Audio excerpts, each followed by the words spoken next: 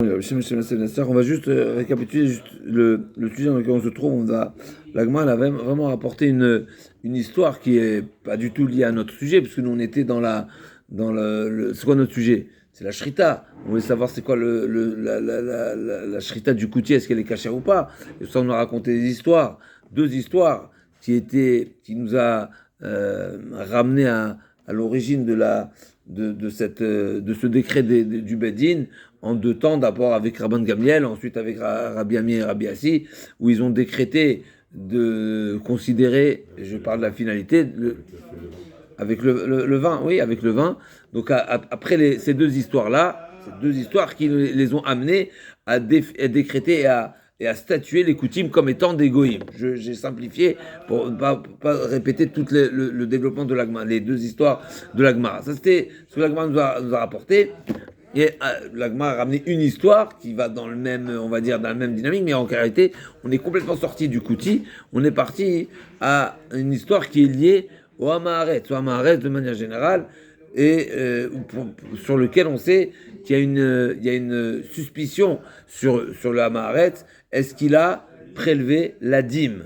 Dans les différents prélèvements, il y a la Trouma, il y a le Maaser, il y a Troumat Maaser, et c'est la dîme qui était le plus suspectée par les Hamaharet, comme on a dit hier. Pourquoi? Parce que c'est un gros volume, d'accord? C'est un gros volume de prélèvement, c'est 10%, alors que la Torah n'a pas imposé une quantité minimale. La Torah n'a pas imposé une quantité minimale de Trouma, et même Chita Achat Poter et Takri, même en donnant un seul grain au Kohen, on acquitte et on dispense l'ensemble de la récolte. Alors que la dîme, c'est 10%. C'est une donation qui est importante et qui est conséquente.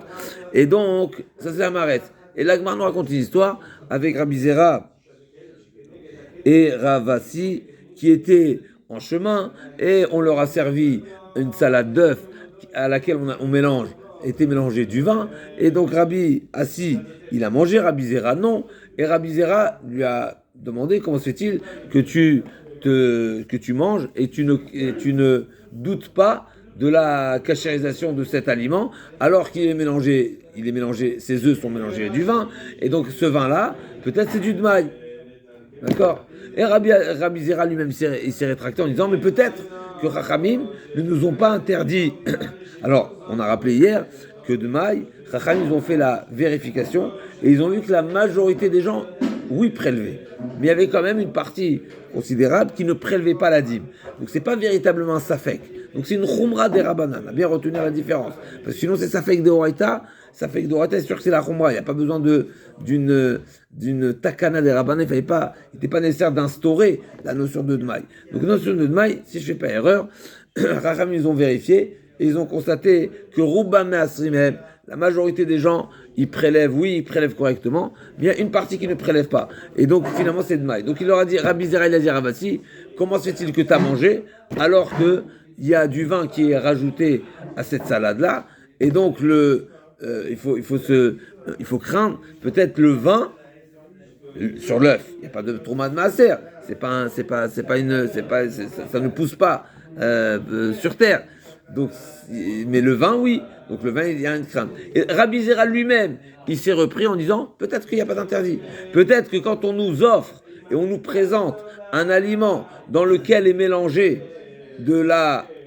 un composant qui est chayav et maaser, et on a le doute s'il a été prélevé ou pas, et ben c'est pas pour autant que l'ensemble de l'aliment, il devient, ça fait qu'il devient interdit. Peut-être pas. Et même et Rabbi Zera, il s'est efforcé. Pourquoi il s'est efforcé à chercher une preuve? C'est parce qu'il était dérangé. Comment est-ce possible que Ravasi a consommé par ignorance, par inadvertance, par manque de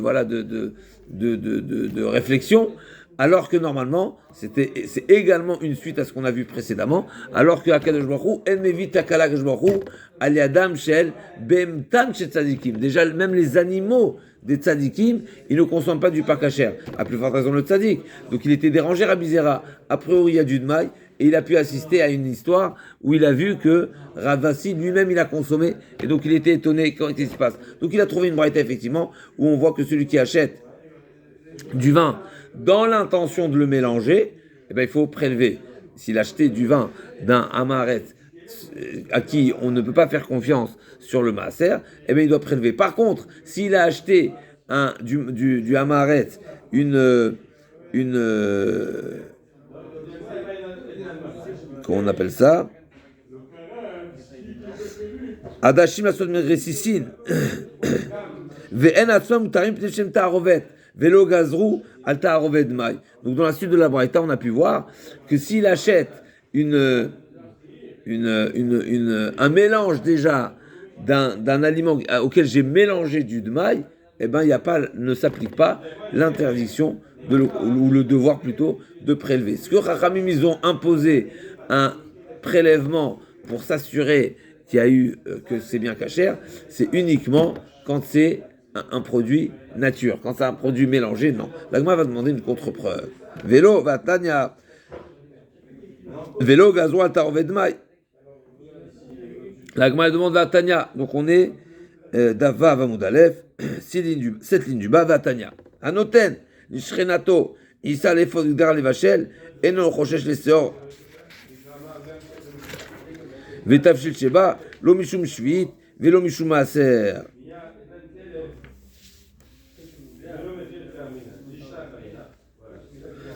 Donc la Braïta nous dit, celui qui donne à sa voisine, de quelle voisine on parle? Naturellement, on parle d'une voisine à qui on ne fait pas totalement confiance.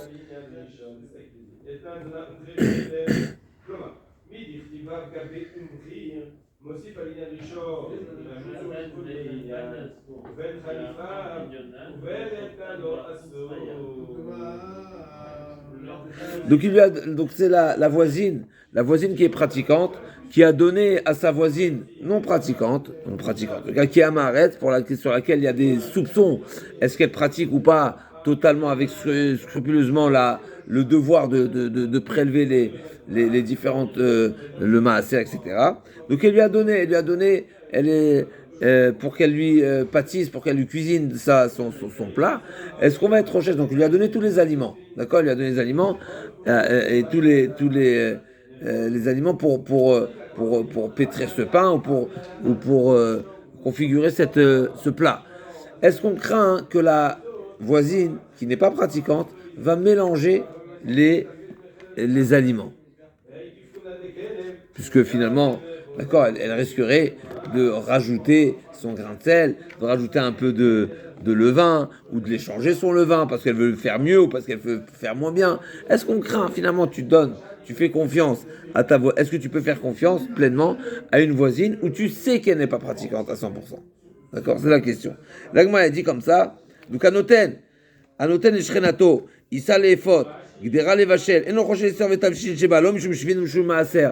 Tu ne crains pas que ça a été échangé, et donc ça pourrait rendre interdit ton pain ou ton plat. D'accord? Vima Marla, Asilim Shilechi. Par contre, s'il lui a demandé, tu sais quoi, fais-moi toi un pain. Donc s'il a donné les composants à la voisine, on ne craint pas qu'elle a été jusqu'à changer, même si ailleurs on a pu voir que des fois la poudre des caïtes, elle va échanger pour donner un meilleur produit, etc. En tout cas, là dans cette variété, c'est marqué qu'on ne craint pas. Ce qui lui a donné, les aliments qui ont été donnés, c'est eux qui vont être utilisés, et donc il lui a donné du kasher, c'est du kasher. Par contre, s'il lui dit fais-moi toi, d'accord, donc il lui a donné sa farine par exemple, mais il lui a pas donné le levain. Est-ce qu'on va être au chèche? Donc le levain, bien sûr, à la base, c'était fait à partir de, c'est pas de la levure chimique comme on a aujourd'hui, où il n'y a pas de problème probablement de Hercher, mais là on parle, il n'y a pas de problème de maaser en tout cas, parce que c'est du chimique, mais là on parle de la levure de l'époque. Le levain de l'époque, c'était un levain qui était à base de pâte fermentée. Donc il y a un problème de maille. Donc l'agma a dit, si j'ai donné tous les aliments à ma voisine, je ne crains pas qu'elle ait été jusqu'à changer. Mais par contre, si je lui ai dit, utilise ton levain, eh ben là, il y aura un problème. Mais là, il y a un problème. C'est quoi, on vient de dire, ça veut dire quoi, il y a un problème? Ça veut dire qu'on doit craindre que le levain qu'elle a mélangé à mon pain, c'est du levain qui était de maille, qui n'était pas maaser, même si c'est un levain qui fait partie d'une pâte et qui est mélangé. Donc on voit clairement une contradiction avec la braïta précédente. Là, dans la braïta précédente, on a dit quoi? Que le demaï n'est pas interdit quand il fait partie d'une composition mélangée. Là, on voit clairement que oui.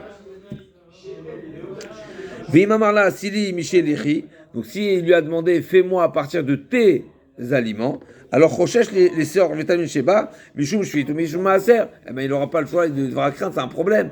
Ça peut être la Shvit, ça peut être du Maaser. L'agma dit Shaniatam, c'est pas pareil. Pourquoi? C'est vrai que c'est un mélange, mais la différence est que là c'était une commande. C'est quoi la différence? Quand j'achète d'un Maharet, je ne lui ai pas demandé de faire la chose. Eh bien, le mélange, ils n'ont pas interdit. Pourquoi? C'est lui qui a fait le mélange. Aujourd'hui, l'aliment qui est peut-être problématique n'est pas visible. Ils n'ont pas imposé de reprélever. Par contre, quand c'est moi qui fais une commande, je lui dis, c'est quoi? Utilise ta levure. Eh bien, c'est comme si c'était moi qui l'avais fait. Et si c'est moi qui l'ai fait, eh une personne qui a utilisé quelque chose de d'émail et il a mélangé à sa pâte, là, c'est sûr que c'est pas dans ce cas-là qu'on a dit que c'est autorisé. On a dit que c'est autorisé uniquement si ça a déjà été fait par le goy, par le Hamaretz, pardon. Et là, on rajoute une précision, ça a été fait par le Hamaretz et ça n'a pas été commandité par le Israël, par le Chaver, par le religieux. Pourquoi? Parce que si ça a été commandé, eh ben c'est comme si c'est lui-même qui l'avait fait. Quand je te commande quelque chose, ben c'est comme si je te dis fais comme ci comme ça. Même si tu dis oui, mais moi je suis pas compétent, je suis pas expert, je sais pas comment faire. Mais c'est exactement ce que ça veut dire. Donc si je dis utilise tes aliments, c'est comme si c'est moi qui l'avais fait, et donc c'est pour ça que ça impose le din de maï. Donc Shalatam de Kivan Damarle Asili Michelechi, Kiman Darim Biadaim Damé. Et donc on revient, effectivement, on va maintenir ce qui a été dit jusqu'à présent. Le dmaï qui a été mélangé par le hamaret avec un autre aliment, alors qu'il n'a pas été demandé et commandé par le chaver, eh ben, ne s'impose pas les halachot de dmaï, donc je ne dois pas reprélever. On ne dit pas que je dois prélever du mélange. Par contre, si ça a été commandé par le chaver, alors c'est comme si c'est moi-même qui l'ai fait, et donc j'avais un chiyuv avant, eh ben, le chiyuv il reste même après. Rafra Marchan Eseor, Vetavlin, Deletama Avid, Letama Avid, et Vetama Lobatil. Il nous dit, Rafram nous dit autre chose.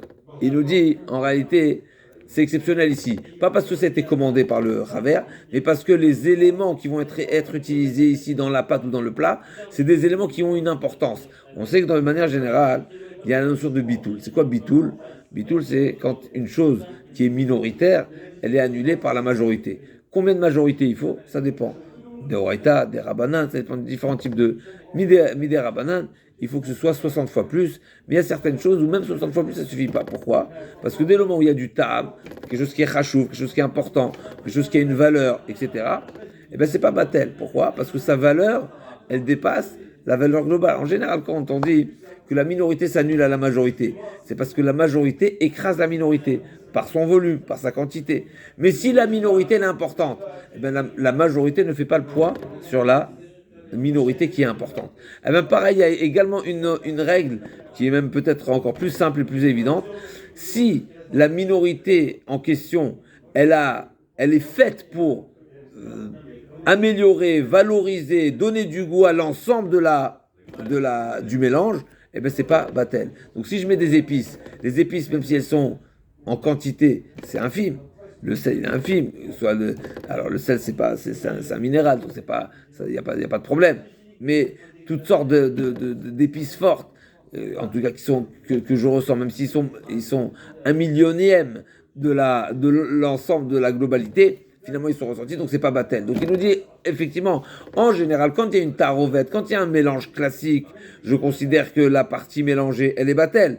Là, ici, en question, le séor, le levain, c'est quelque chose qui vient améliorer et favoriser, ou bien des épices, c'est pas batel. Alors, ce qui est intéressant, c'est que dans l'histoire précédente aussi, c'était le vin qui était ajouté.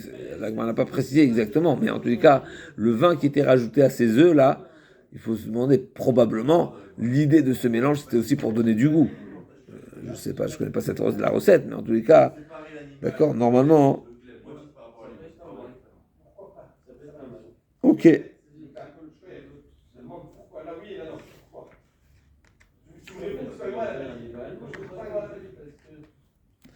Il dit Rachid, donc Rachid, bien sûr, il avait ce problème. Rachid dit Veyain bemourias, veyain bebetzim. Donc les différents exemples qu'on a pu voir de mélange de vin dans le mourias ou dans les œufs, enoïka. Ok, donc il faut dire là-bas, c'est différent, même si le yain, on sait très bien que c'est fort, et on s'est dit vachement, mais probablement c'était pas ça, c'est pas pour cette raison qu'il le rajoutait et qu'il le mélangeait. Ok. L'agma demande. On revient maintenant. On est une parenthèse dans une parenthèse dans une parenthèse. Donc on a ramené l'histoire des coutumes avec le vin. On a ramené le vin avec les œufs, avec le demaï. Et là on rentre dans une différence. Est-ce que c'est moi qui l'ai fait ou pas moi qui l'ai fait? Est-ce que je crains? Est-ce que je peux faire confiance à ma voisine alors que normalement elle n'est pas pratiquante, mais je lui ai donné les composants. Donc ça c'est la question. Est-ce que je vais être rochèche? Ça va être la question de la Gemara. Est-ce qu'il y a une règle qui me permet d'être confiant et de ne pas suspecter la voisine d'avoir échangé les aliments que je lui ai donnés? Parce qu'elle veut me faire plaisir, parce qu'elle veut, pour une raison ou pour une autre. D'accord? La Gemara demande la khoufé lo khashinan, quand il a donné les éléments, les composants de la recette, tu n'es pas recherche qu'elle va changer, qu'elle va échanger, et donc, alors que c'est marqué, Anot enachamoto vatnan, la Mishnah nous dit, Anot enachamoto maaser et shionotenla, veut shionotenmena, quand un homme va chez sa belle-mère, eh ben, la récolte, donc les fruits, tous les aliments qu'il lui donne, il doit lui. Donc, Chamoto, on parle bien sûr de Chamoto, c'est sa belle-mère, mais qui n'est pas forcément pratiquante. En tout cas, il n'est pas sûr qu'elle est compétente et pratiquante. Eh bien, il devra faire maaser de tout ce qu'il lui donne, et il devra faire maaser également de tout ce qu'il récupère d'elle. Pourquoi? Donc, c'est sa belle-mère. Donc, ce qu'il lui a donné, mais c'est parce qu'il doute que sa belle-mère n'est pas pratiquante. Et ce qu'il récupère d'elle également, il craint également que ça n'a pas été prélevé. Ah, c'est ce qu'il a donné, il récupère. Non, on craint que ça a été échangé. Donc, anotel lachamoto, maaser et shiunoten la ve'uchonoten imena, pnei shechashuda, machlefet amitkalkel. Donc, elle est soupçonnée. C'est pas un soupçon mauvais, c'est un bon soupçon, mais ce qui donne une conséquence qui va causer un doute, qui va installer un doute ici, et donc qui imposera à prélever à nouveau le maaser.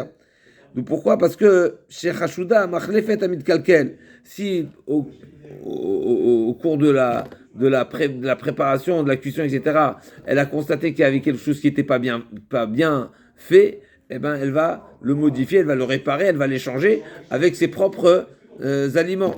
Et donc, on voit bien que la belle-mère, elle est Hashouda, elle m'a dit oui,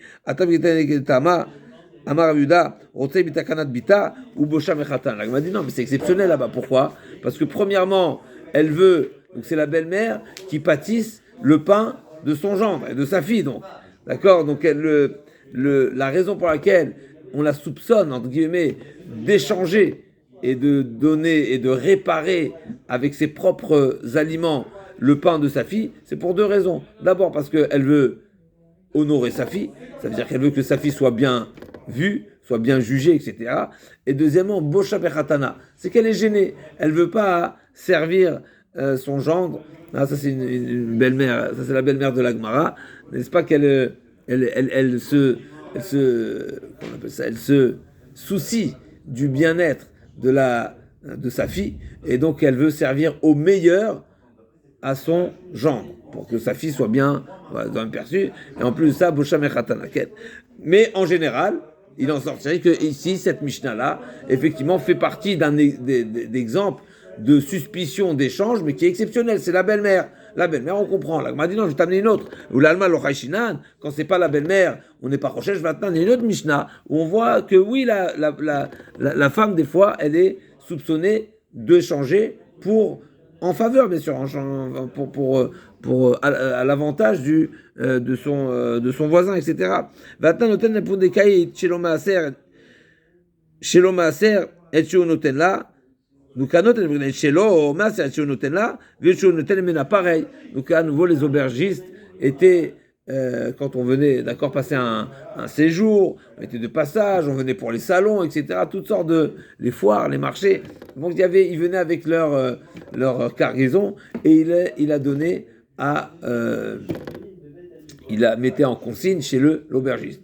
eh ben, toute la récolte que tu lui déposes, toi le chaver, toi le religieux, le pratiquant, eh ben, tu dois lui donner quelque chose qui est maaser. Pourquoi? Parce que et ce que tu vas récupérer également, tu devras maaser à nouveau. Pourquoi? Là aussi à nouveau, parce qu'on suspecte la poune des caïtes d'échanger et de donner la récolte du premier au deuxième et la récolte du deuxième au premier pour donner de la belle récolte. Et donc là-bas aussi, on voit bien qu'elle est, là-bas aussi, on voit qu'elle est suspectée d'échanger les récoltes. Là-bas dit Atamnami, Barberav, Lichul Chamima, Vanechol Kirira. Là-bas aussi, cette fameuse aubergiste, c'est particulier parce qu'elle se dit, il y a le rabbin qui est passé chez moi, le rabbin, pas forcément le rabbin, Barberav, c'est quelqu'un qui étudie la Torah.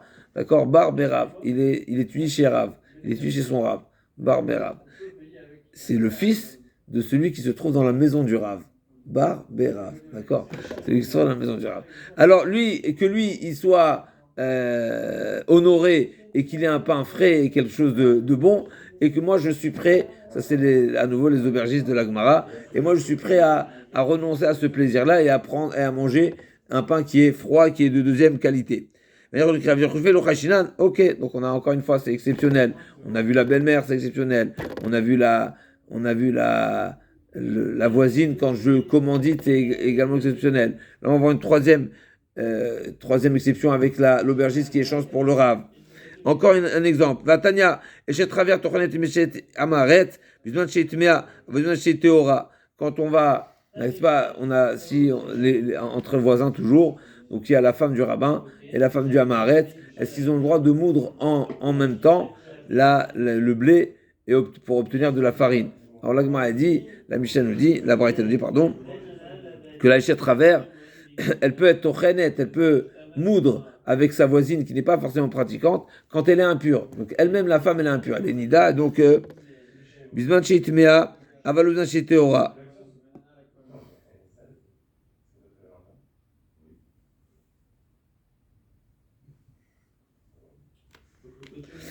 Il nous dit Rashi, parce que si la femme en question elle est tméa, on ne craint pas qu'elle va proposer à manger, parce que quand quand la femme elle est impure, le chaver, normalement il mange betahara, et donc la femme quand elle est impure, même si elle moule la farine, elle va pas toucher directement la farine pour laisser la farine propre, d'accord? Donc il dit Rashi, Ena regila liga bemashi asukabo, shematmem vestama omedet merachoki velonaga. Donc quand elle est impure elle-même, elle se tient à distance, et donc il n'y a pas cette crainte d'être à proximité de l'aliment. Par contre, quand elle est théora, eh ben, elle-même elle est proche, et donc il y a cette crainte qu'il y ait qu'elle soit en contact avec l'aliment et donc l'impurifier.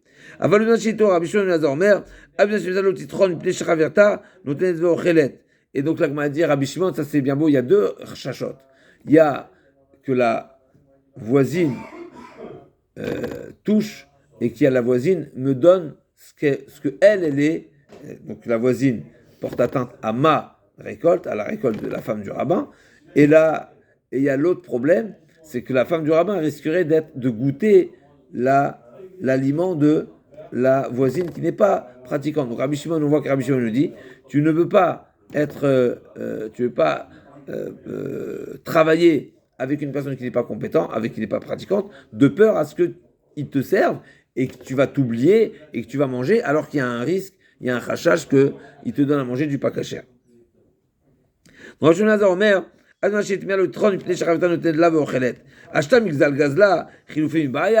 Si déjà on est rochèche au vol, à plus forte raison qu'on est rochèche à l'échange.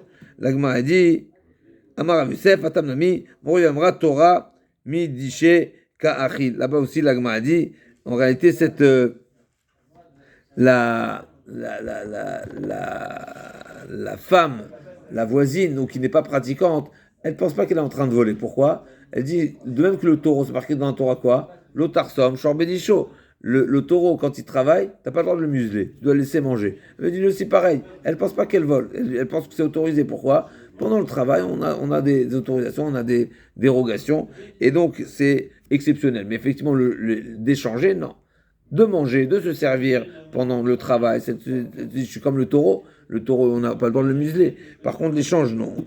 Et Rabbi Yoshua, Ben Zarouz Ben Chamiv chez Rabbi Meir. Donc c'est le beau-frère de Rabbi Meir, n'est-ce pas? Rabbi Yoshua Ben Zarouz, qui est Ben Chamiv chez Rabbi Meir, le fils du beau-père de Rabbi Meir. D'accord?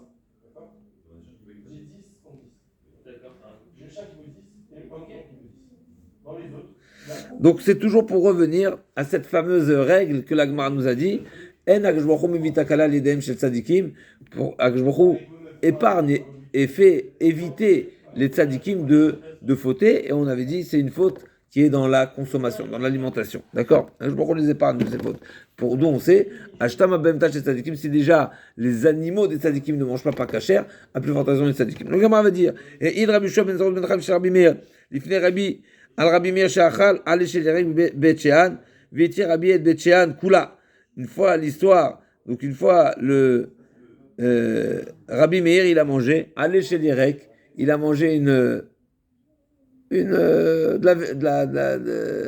pousse, une verdure, d'accord? Ça peut être une salade, allez chez l'Irek, d'accord? À Bet Shean, on connaît Bet Shean, n'est-ce pas? Bet Shean, la région de Bet Shean. Et donc, Veiti Rebi et Bet Shean Kula. Donc il y a eu un témoignage sur Rebi, que Rebi il a mangé à un certain endroit. Et Rabbi il a dit, s'il a mangé là-bas, c'est que c'est kasher. Et donc on peut, toute la région, elle est valide. Aliado, Veiti Rabbi et Bet Shean Kula. Aliado. Donc grâce à ce témoignage, grâce à cette histoire, eh ben il a tout validé.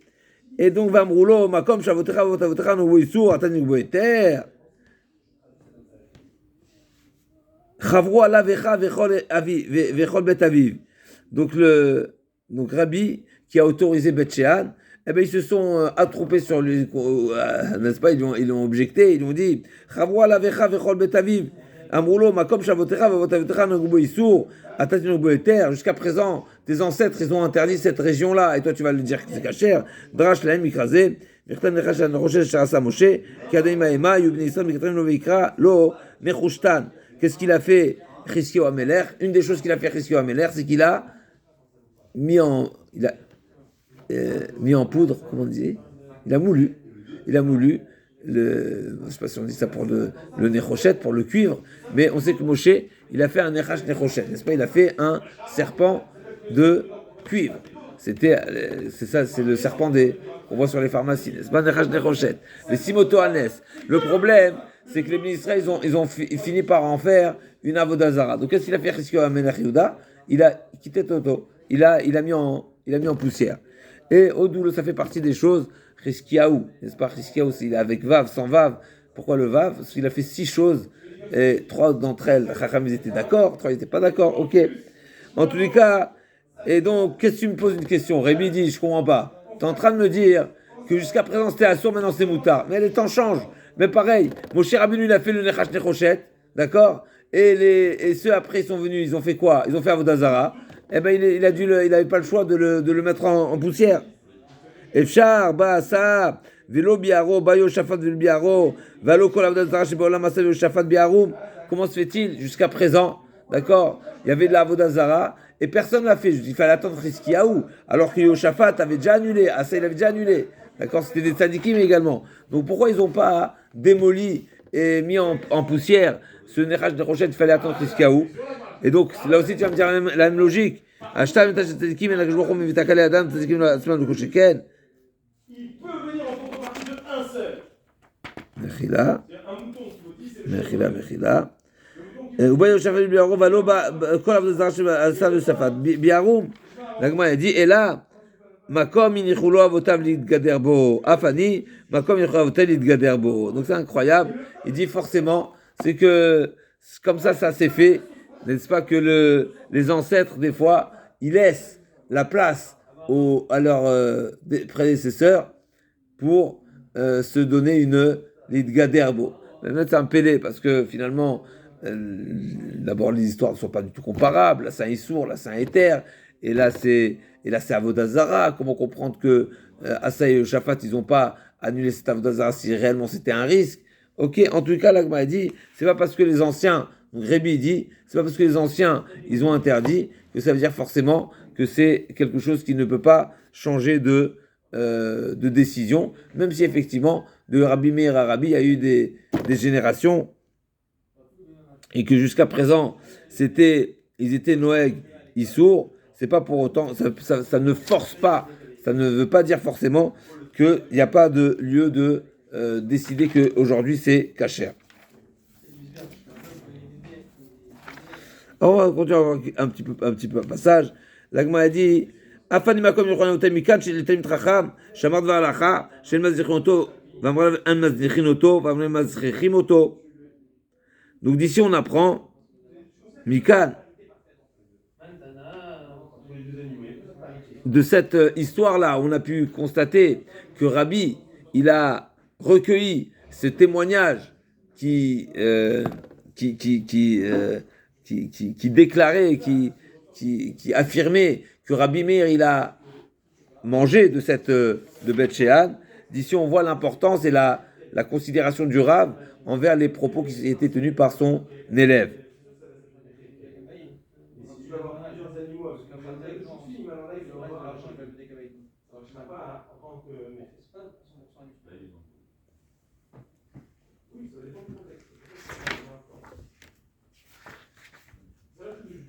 Alors, juste d'abord, on n'est pas entré dans le détail. C'est quoi l'idée de Beth Shean? Rashi nous dit l'idée de Beth Shean. Alors, il y a un long tosot à ce sujet, mais ici, c'est pas un problème de maille et de hamares, etc. Mais c'est de savoir est-ce que ça fait partie d'Eretz Israël ou pas. Il nous dit Rashi, je vous lis Rashi dans les mots. Kassavar, Kassal Kadatar, on y arrive tout de suite. Kassal Kadatar, Kassavar Rabbi Meir, la Eretz Israël ou Masar Dagan ou Noeg. Midé Rabbanon Beredoreta, Aval Massar Yarek de Bered ou Fede Rabbanon, ou Midé de Imeret Israeli.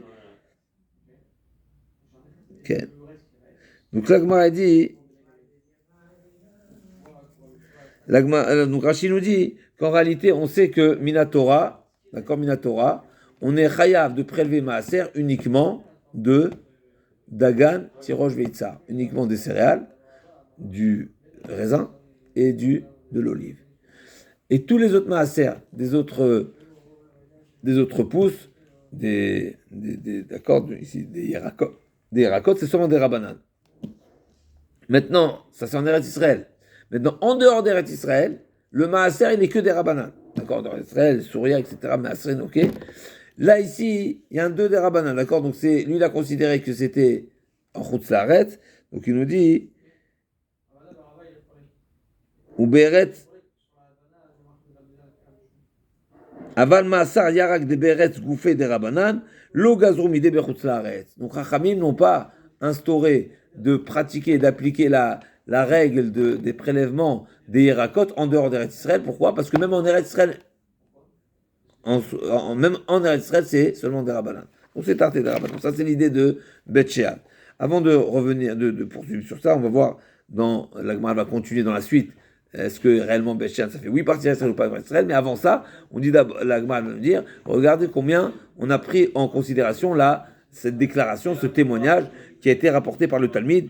Amrou, Mikan les Talmid Chacham, Shamar Davar Halacha, Shen Mazichin Oto, Vamrenen Mazichin Oto, Vamrenen Mazichin Oto. Donc trois termes ici. Est-ce que Mazichim, Maznichin ou Mazchichim? C'est quoi? Manda Amar, Mazichim, il lui Zach Achoshen. Ça veut dire qu'il ne doit pas abandonner, qu'il ne soit pas délaissé. Manda Amar en Maznichin, qu'il ne va pas lâcher prise.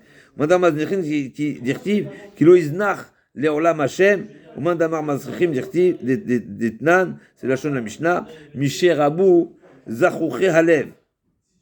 Zachouché Halev, c'est les gens qui sont hautains, qui ont un Baal Gava. C'est-à-dire quoi, Gava? C'est qu'ils n'ont pas suffisamment été attentifs aux enseignements de leur maître. Ok. Alors, Abou Margel Bisrael, Matkifla. Maintenant, on revient sur Beth Shean. Matkifla Yehuda Bered Rabbi Shimon Pazi ou Mikalman Damar de Beth Shean la Meret Israël. Donc la Gemara a pensé que la raison pour laquelle Rabbi Meir il a mangé sans faire maaser, il n'a pas craint, il n'y avait pas de problématique et on a validé toute la région de Beth Shean, c'est parce que c'est des Yerakot et probablement c'est Chutz Laaretz. Donc Chutz Laaretz, Yerakot, il n'y a pas de maaser, donc on peut manger comme ça. La Gemara demande, mais quoi, Beth Shean c'est pas Eretz Israël? ומי כלמן דאמר דבית שאן אמר ישראל, והכתיב, ולא ריש מנשת בית שאן ובנותיה, Vetanar Venotea. Et donc, c'est marqué que l'Orish Menaché de Betchean Venotea. Donc, Menaché, il ne les a pas, il n'a pas conquis, c'est-à-dire qu'il n'a pas occupé ces territoires, mais il les a laissés, il a laissé les habitants dans ces régions-là, donc alors que la Gemara comprend que ça veut dire que c'est Israël, mais il ne les a pas chassés et ils payaient des taxes et des impôts. השתמיתי עדי אמר רבי שמעון בן אליקים משום רבי אליעזר בן פדת שאמר משום רבי אליעזר בן שמוע הרבה כרכים כבשו עולי מצרים ולא כבשו עולי בבל. Il dit, ok, c'est bien beau, tu m'amènes une preuve de Ménaché. Ménaché, il a conquis, mais il les a pas. Il dominait on va dire cette région-là. Donc ça faisait partie ils étaient sous sa gouvernance, mais ils y habitaient là-bas. Mais ça c'est bien beau, autant de Ménaché, Ménaché, ça veut dire quand on est rentré en Israël. Mais on sait que la deuxième montée, après qu'on soit revenu de Bavel, après les 70 années d'exil, on est revenu en Israël, mais on était très peu nombreux, et on n'a pas repris et l'occupation de l'ensemble du territoire. Et donc tous les lieux, justement, qui n'ont pas été réoccupés, réhabités, eh ben, ils n'ont pas pris le statut de Eretz Israël. Donc Arbe Krachim, c'est une fameuse Sougia, qui est bien connue. Est-ce que Gdusha Rishona, les Chata Gdusha Latid Lavo, donc cette fameuse Gdusha, comment Eretz Israël prend la Gdusha? Eretz Israël, c'est Eretz Israël, mais elle prend son statut d'Eretz Israël uniquement si on l'occupe. D'accord? Maintenant, la première fois, quand on arrive en Eretz Israël, après la sortie d'Égypte, on a occupé l'ensemble du territoire. Quand on est revenu après les 70 années, on était très peu nombreux, on n'était même pas 50 000. D'accord? Et on n'a pas tout occupé. Alors vous allez me dire, oui, mais après ils sont revenus. Ok, en tous les cas, c'est le sujet. Et donc toi, tu m'amènes une preuve de Ménaché, mais je dis, oui, mais Ishtamité, tu as oublié cet enseignement que quand on est revenu après les 70 années d'exil, donc 500 ans après, on est revenu, on n'avait pas tout le territoire. Donc ces endroits-là n'ont pas repris la Gdusha d'Eretz Israël, et donc il n'y avait pas le Chiyuv Maaser, et donc c'est pour ça que on s'appuie sur c'est ça l'idée de Rabbi Meir qui a mangé sans maaser parce que ça fait pas partie d'Eretz Israël. L'Agma a dit Vekasava do Rabbi Kachim kafshum le Mitzrayim velo kafshum le Bavel Vekasava Gdusha Rishona Gdusha Shata velo Kitchal Latid Lavo. Et la Gdusha d'Eretz Israël qui a été sacralisée quand on est monté la première fois, c'était pas une Gdusha qui est éternelle. Lo Gdusha Latid Lavo. Une fois qu'on est parti, qu'on a quitté Eretz Israël, et bien Eretz Israël a perdu de sa Gdusha. Et volontairement, ils ont laissé ces régions-là pour qu'on ait des terres qui peuvent être cultivées pendant la Shvit. Surtout les Hanim, les pauvres, ils n'ont pas de réserve, et donc il fallait laisser des terres qui sont à cultiver que la Shvit.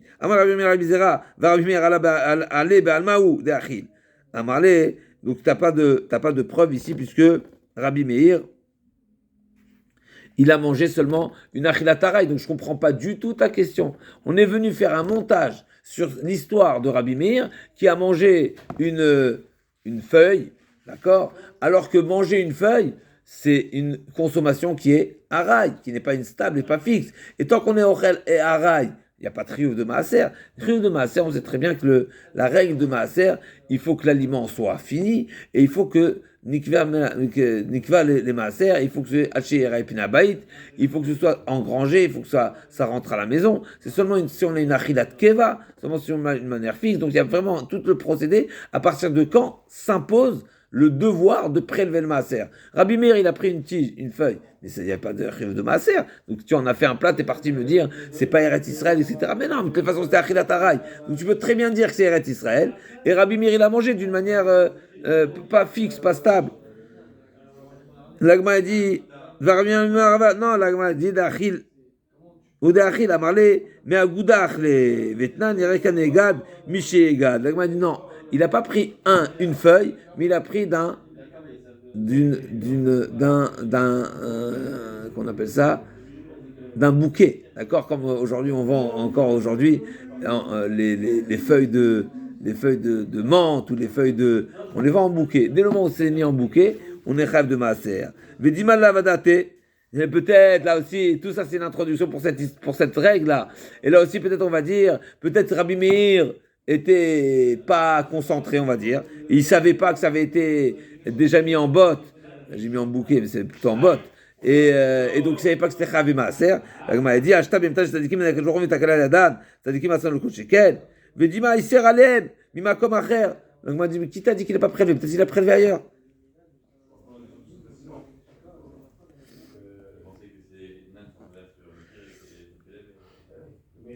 Vedilma, iser alem makom acher. La Gemara dit, lo nershedou chaverim, litrom shelom namukav. C'est pas l'habitude des chaverim, donc ceux qui sont chaver, c'est ceux qui s'engagent à avoir une discipline très khumra, très rigoureuse. Et Vedilma natanena betzadeh vachal mitzad acher, amale chazeman gavra rabba, kamasid ale. La Gemara dit, non, finalement, t'as un témoignage, c'était ça l'histoire, donc tu peux revenir. Rabbi Meir, il a oui mangé, donc forcément, c'est qu'on sait que c'était pas prélevé, et donc forcément ça veut dire que c'était Chutza Laaretz. Ok.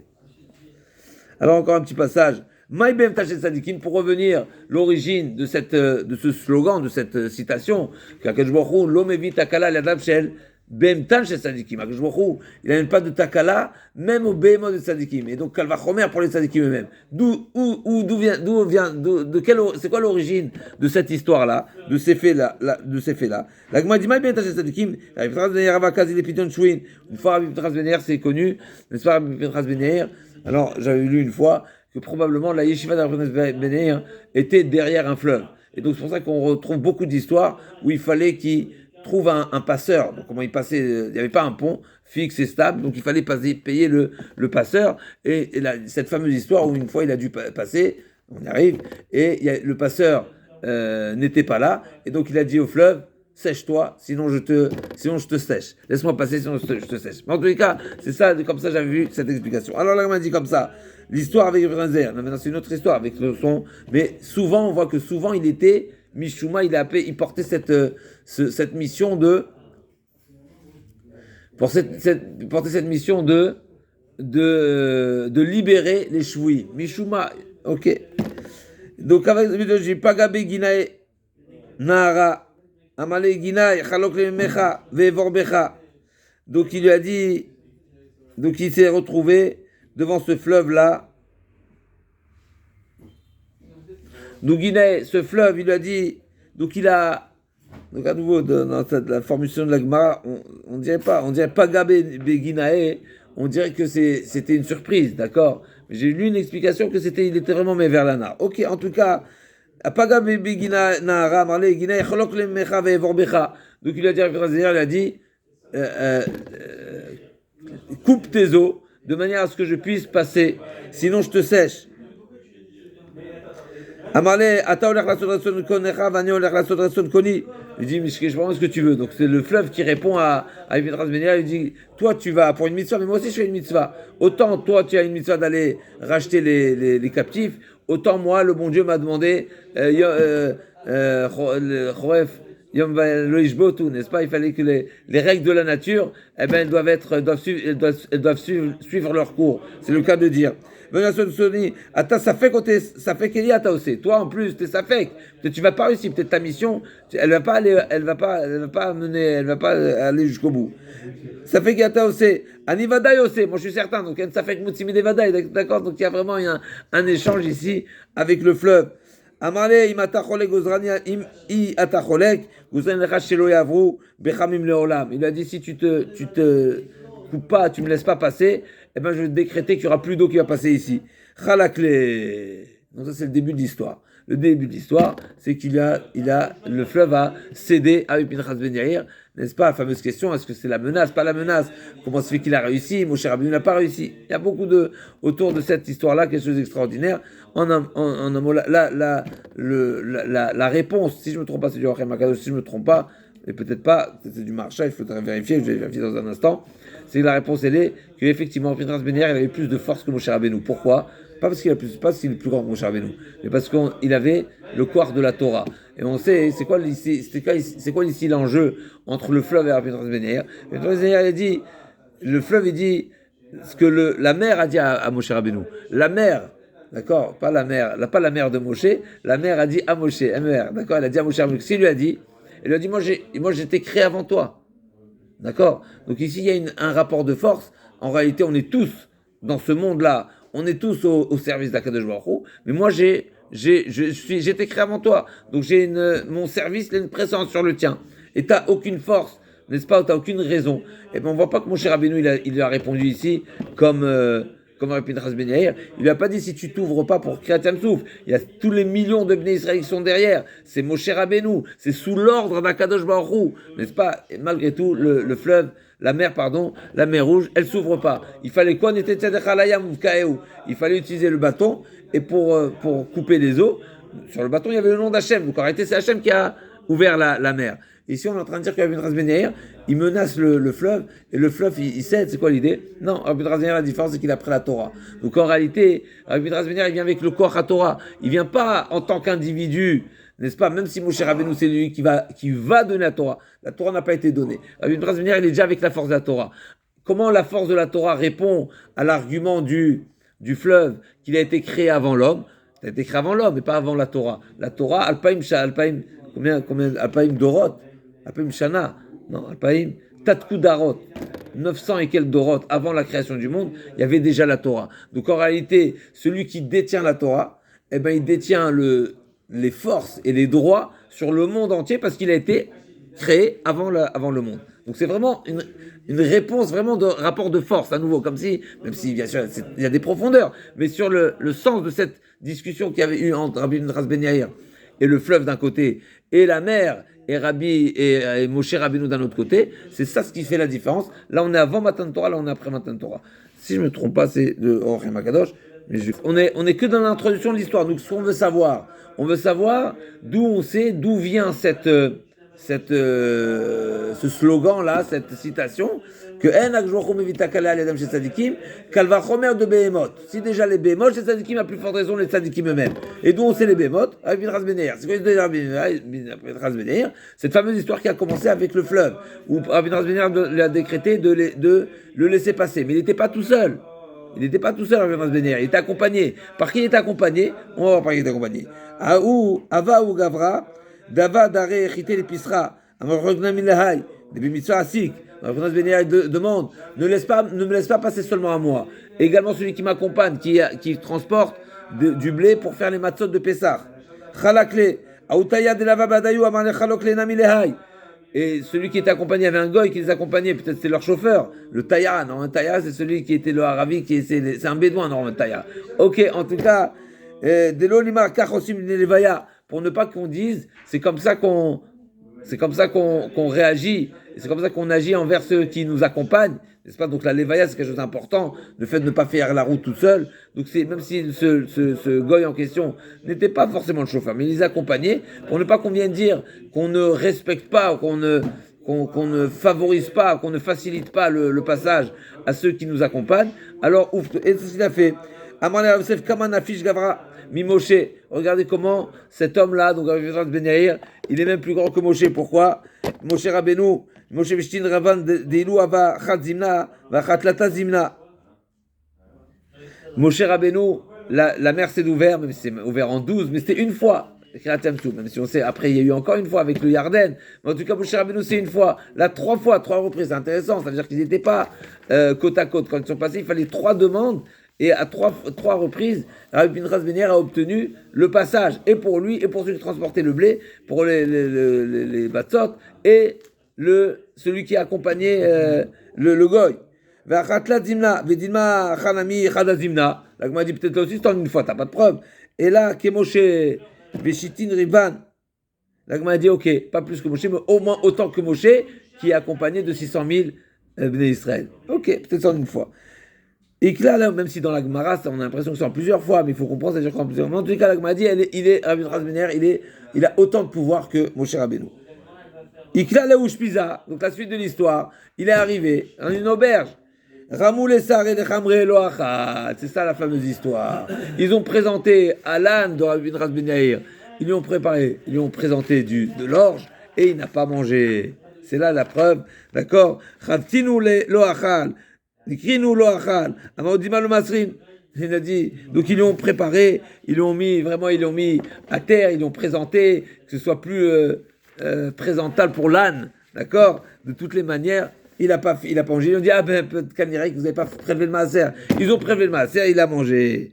Ve'achalamar, Aniazou, Olechet la sodret kona, vatem achenotat valim, incroyable. Comment Rabbi Pinchas Ben Yair, il a dit? Il n'a pas dit, c'est mon âne. Et moi, je suis tzaddik, donc mon âne aussi. Non, elle m'accompagne. Elle m'accompagne à faire une mitzvah. Aniazou, comme ça il appelle son chamor.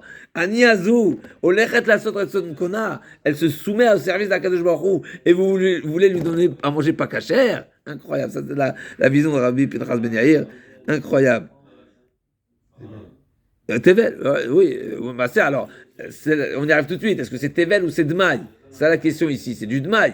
A priori, c'est pas du. On n'était pas certain, parce que s'il a donné, ça veut dire qu'il y avait seulement un Safek.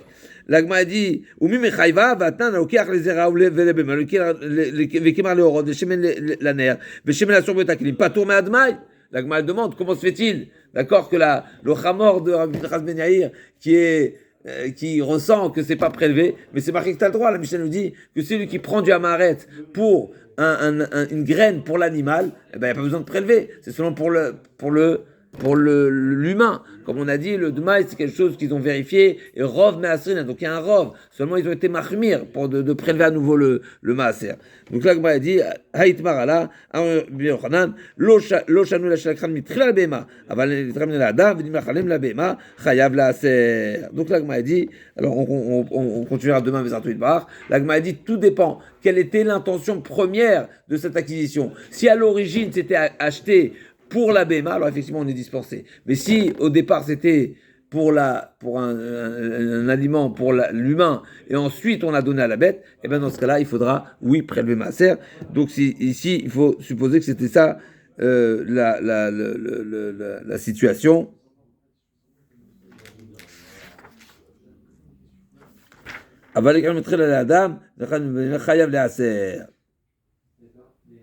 Donc, Vatania, Lokiar, Perod Minachouk, la Achila, Venimla, Chalem Libema, a résoluté le Lifne Bemto, le Lifne Bemet Ravero, Elam Kalisser. Et il y a une braïta qui en appuie. Tout celui qui a acheté de la récolte, d'accord, pour y acheter de la récolte, eh ben, il ne pourra pas les donner à sa bête tant qu'il n'a pas fait maaser. Donc, clairement, c'est marqué que même la bête ne peut pas manger si c'est de maille, dans le cas où l'intention au moment de l'acquisition n'était pas pour une alimentation réservée uniquement à la bête. Et seulement c'est à l'origine, c'est réservé pour la bête, que là, il n'y aura pas le cheva de maaser, il y aura le cheva de maille. Et l'Agma va continuer la suite de l'histoire avec Rabbi Pinchas Ben Yair, on se retrouve demain.